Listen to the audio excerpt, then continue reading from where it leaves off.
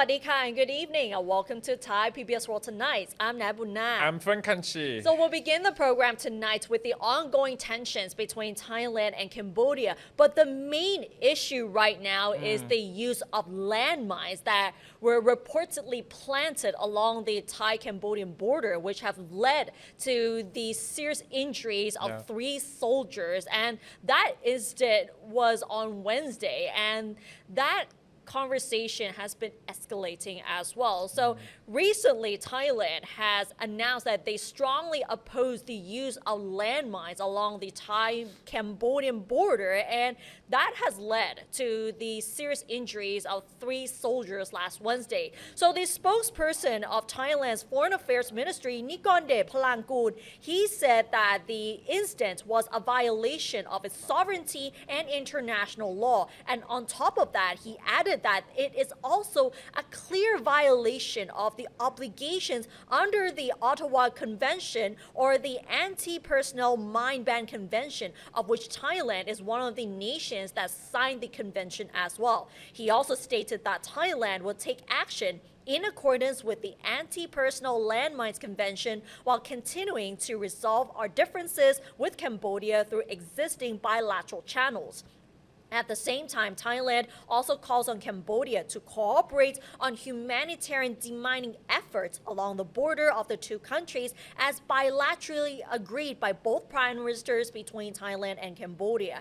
And the incident occurred last Wednesday near the Chongbuk border pass in Ubon Ratchathani province. Thai soldiers were patrolling a demarcated route within the Thai territory when the explosion occurred, and all 3 soldiers were evacuated for emergency medical treatment. He also said that security agencies had completed an investigation and evidence confirmed that the landmines were not from Thailand and were not deployed or stockpiled by the Thai military. And on top of that, he reiterated that these landmines were also recently laid as well. So basically, the landmines that were planted were actually new ones. And the assessments and related evidence discovered by the responsible security agencies concluded that the planting of these mines were, quote unquote, a blatant violation of international law. And today, the Royal Thai Army has also found 2 more landmines along the disputed border,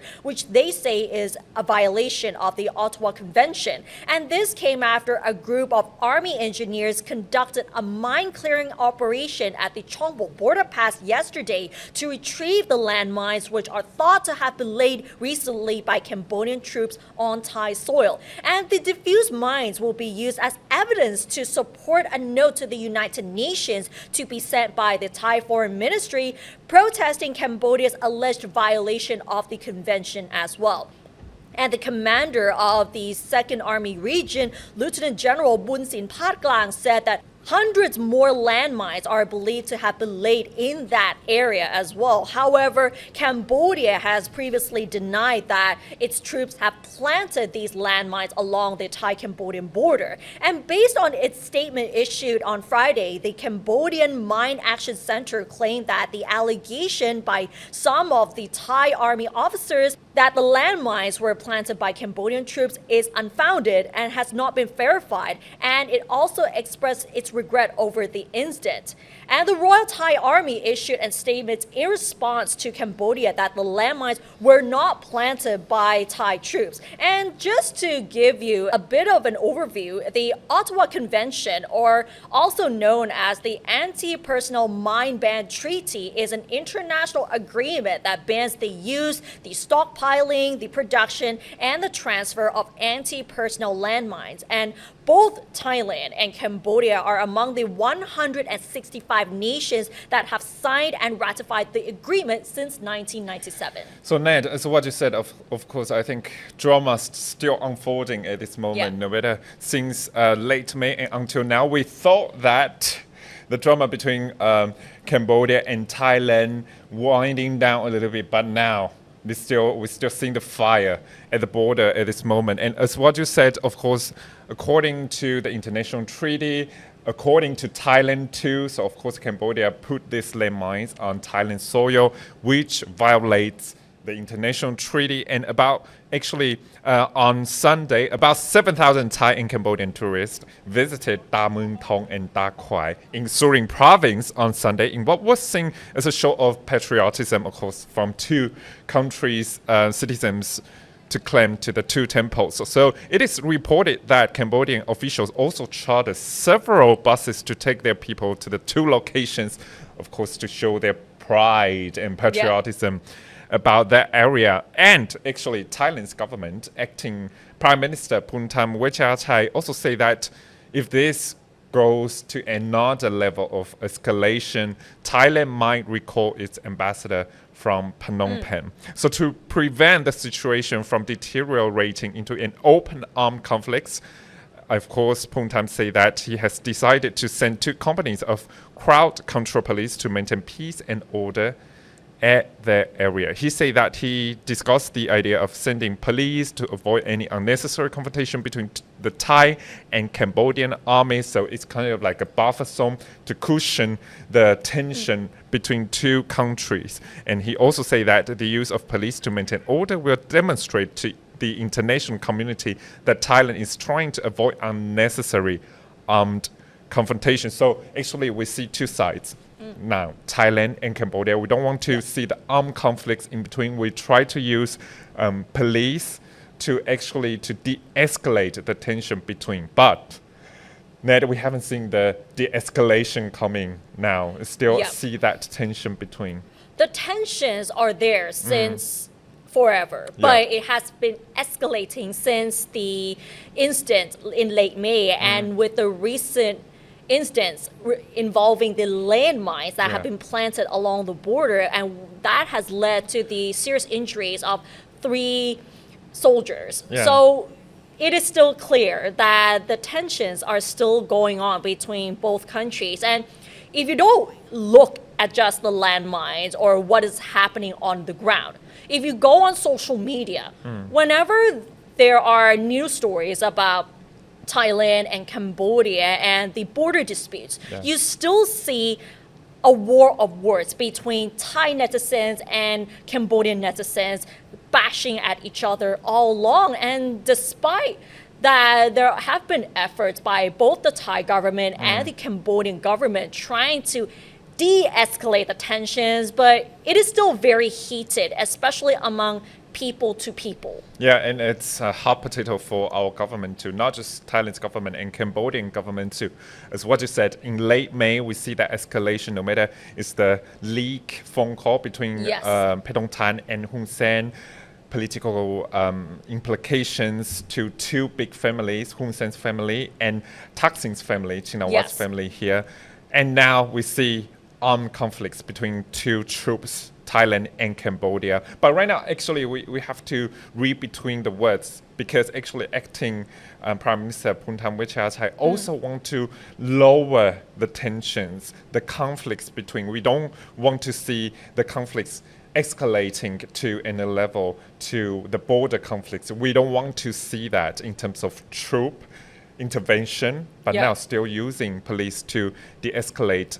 And I think, of course, Ministry of Foreign Affairs from both countries also trying to find a middle way, neutral way for that. Yeah, or in other words, peace would be the key at the moment, and trying to de-escalate the tension so that it doesn't intensify or it doesn't turn into like some sort of war. Right, but of course we don't want to see any escalation to war or to border conflicts for armed conflicts there. But now still peace, as what you said, and calmness for between. If there's any diplomacy that we can really de-escalate the tension, that would be good to find the final outcome for both countries. Final outcome, but also with the court case involving Patong Tan, it is speculated that the court case will be finalized in August, which will be the same time where the verdict will be read for Thaksin as well. Yeah, like so, two critical moments for Chinawat's family, the suspended Prime Minister and former Prime Minister of Thailand too. So yeah, like you said, Frank, we're dealing with very hot potatoes. So the bilateral conflicts and internal politics as well. So we'll have to wait and see what will happen to Patong time. But for some people, the downfall can be expected. Yeah. And we'll be very busy in August because we have to analyze this thing. Another part that we have to talk about, I think we have to turn to weather, as in northern part, Chiang Mai. Past weekend, we've seen a lot of flooding because of weather system here. And now, of course, we're seeing another risk coming is we call it typhoon Wipa coming to Thailand because it just drifted through between Taiwan and the Philippines and went through Hong Kong and now might come to Thailand too. So actually, I'm not sure if you watch a lot of videos on social media platforms that so many people actually they uploaded the how Hong Kong has been hit by Wipa. Have you seen that? Yeah, I think I saw some of the videos. One of them was like a video of a news reporter reporting like Victoria Bay, and the news reporter was just like, she was not even able to stand there. It was so difficult for her to report the story because she was standing in the middle of the storm. Yeah, and this is how we experience as Taiwanese or Hong Kong people as when typhoon goes through our cities, and what can we do? So back in Thailand on Phuket on Sunday, strong winds and heavy rain created havoc on the resort island as a result of tropical storm Wipa, which is expected to make landfall in northern Vietnam tomorrow. The storm has moved into southern China after hitting Hong Kong. It is expected to move back offshore into the Gulf of Tonkin and then move into northern Vietnam. And right now, of course, the storm system is not that strong, but we expect rainfall to Thailand too because ever since Wipa will pass Vietnam and heading to northern part of Thailand, we might see a lot of rainfall there. And one long-tail boat carrying 5 passengers was found drifting in storming seas and an island near Phuket after its engine failed, prompting the Provincial Marine Office to send a vessel. The Royal Thai Navy sent a patrol boat to their rescue. The Marine Office previously advised all vessels against venturing out to sea from Saturday through tomorrow due to strong winds and rough seas. So actually, we've seen some storming situation in Phuket. Of course, authorities already warn all citizens and boats not to go out to the seas. But what about in Chiang Mai? Because the government of Chiang Mai said yesterday that irrigation officials are standing by to release water from the reservoirs behind some of dams to increase space for more water from mountain runoffs. So, Ned, also in Chiang Mai, in northern part of Thailand, we already see a lot of rainfalls and Wipa is coming.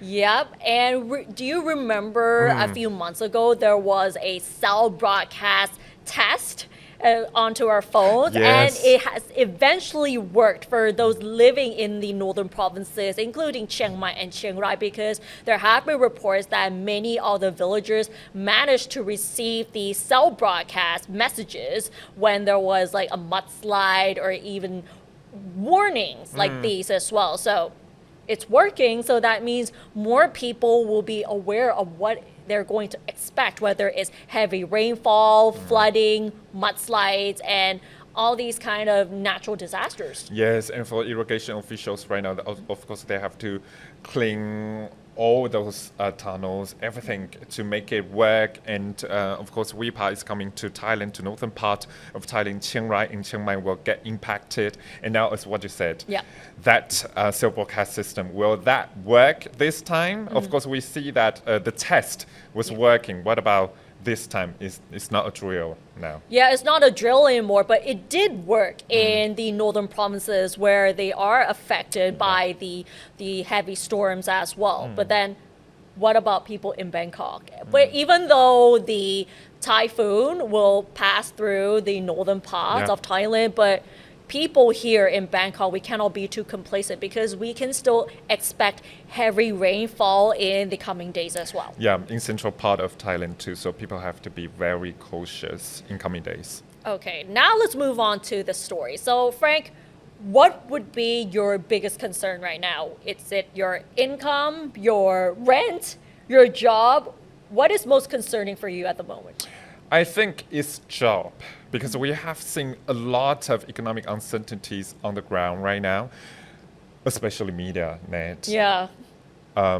Artificial intelligence might just replace us, not maybe in front of the camera very soon, because for writers, journalists in written practices, some of them have been replaced in a way. But what about those people in front of camera? So Yeah. I'm not sure, maybe in 10 years, we might just have no job. Yeah, I'm also concerned with my job as Yeah. well, and also my income. And these are actually one of the biggest concerns for many Thais, which have been shown in a recent study by a global research firm. So we can say that these concerns are actually common concerns, whether it's our income or even the job security and how much money we can pay for our mortgage or our rent. And a recent study which says what worries Thailand during the first half of 2025 by a global research firm, Ipsos, has shown that most Thais are worried about the economic impacts and societal issues, and that also includes job security and income decline. And at the same time, more than half of Thais surveyed think that the country right now is heading off at the wrong direction.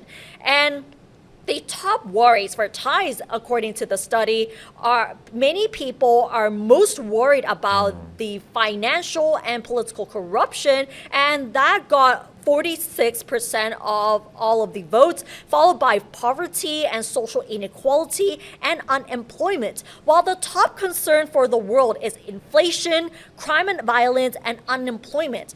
And on the Thai economy, the study shows that 65% of the Thais who have been surveyed in this study describe the current economic situation as very bad. And this figure is actually a 10% increase from the year before. And that indicates that the economic impacts are affecting people of all income groups, especially those who are low income earners here in Thailand. And because of this, most Thais are becoming much more hesitant in their spending, especially with major purposes like buying a new house or a new car. And 53% of Thais are becoming less comfortable making major purchases like these, which is a 6% increase from last year. But what is much more of concern right here, Frank, is that 46% of Thais are less comfortable making other household purchases, and that is a 10% increase from last year. So this is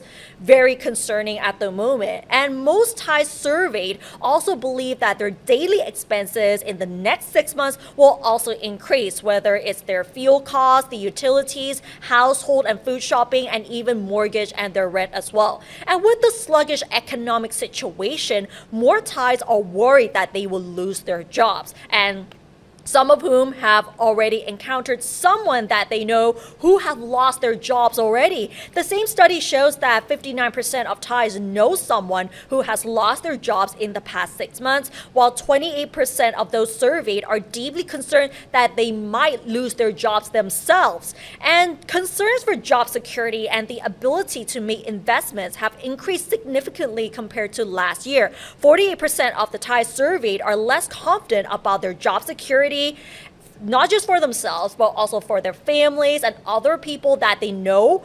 And that is a 12% increase from last year. And most importantly, 54% of the Thais being surveyed are less confident about the ability to invest in the future. And that also includes investments for their retirement or their children's education. How alarming is that people are so worried about their future because of the economic impacts? Ned, this is a very, very good poll here, because it means that, as what you said, as what we always reported, household debt. That's a very high amount for Thai people here, 90% for everyone. It's very hard to make ends meet at the beginning. Yeah. You know, yesterday I went to one very famous store in Thailand, one suki brand, and it's a good sign that they want to recruit new workers, yeah. new people in their store, how much they give it to the new employee? Only 13K, 13. That is shocking. Per Because month. So how can this person buy a car, no matter a car, a motorbike even, yeah. a house, a condo room, a condo unit? It's not possible. And 13K is way too low, especially if you're working in the city, whether it's Bangkok, Chiang Mai, Phuket. That is not enough to make ends meet. Because if it's the standard for new jobbers, for example, that's supposed to be like 15K, but if you're working in the city, it's supposed to be 20K. But unfortunately, many of the companies think that paying less would be better for the company, especially if you're hiring so many people in different departments. I understand to save budget, but that's a position for waiter in a way, in a restaurant. But last time I remember, if in Taiwan, I found this kind of recruitment only for 15K or 13K. I couldn't remember that because in Taiwan right now it's 30K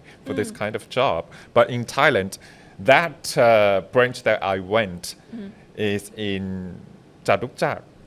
It's in the kind of like center of Bangkok too. So 13K net. How can people live like?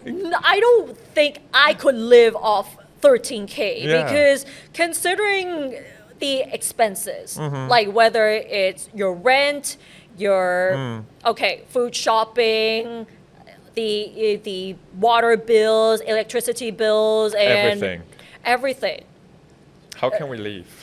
We cannot. We cannot. Okay, forget about the personal shopping or just socializing, but just thinking about the daily expenses. How can you actually live off of 13K, considering that all of the expenses are getting much expensive, and consider the inflation rates that are increasing as well. Just think about this. When we go to the canteen, just a plate of rice or a bowl of noodles, prices have already gone up. Like right now it's like 40 or 50 baht, but in the old days it's only like 5 baht. Like it's already different. And as what you said, 65% of Thais describe the current economic situation in Thailand as bad. Of course, it's pretty bad because when we compare to other ASEAN countries, Thailand cannot really compete. I just talked to one chief economist from one bank in Thailand. He just said that we have to remember this word, everyone, recession. It is might come in Q4.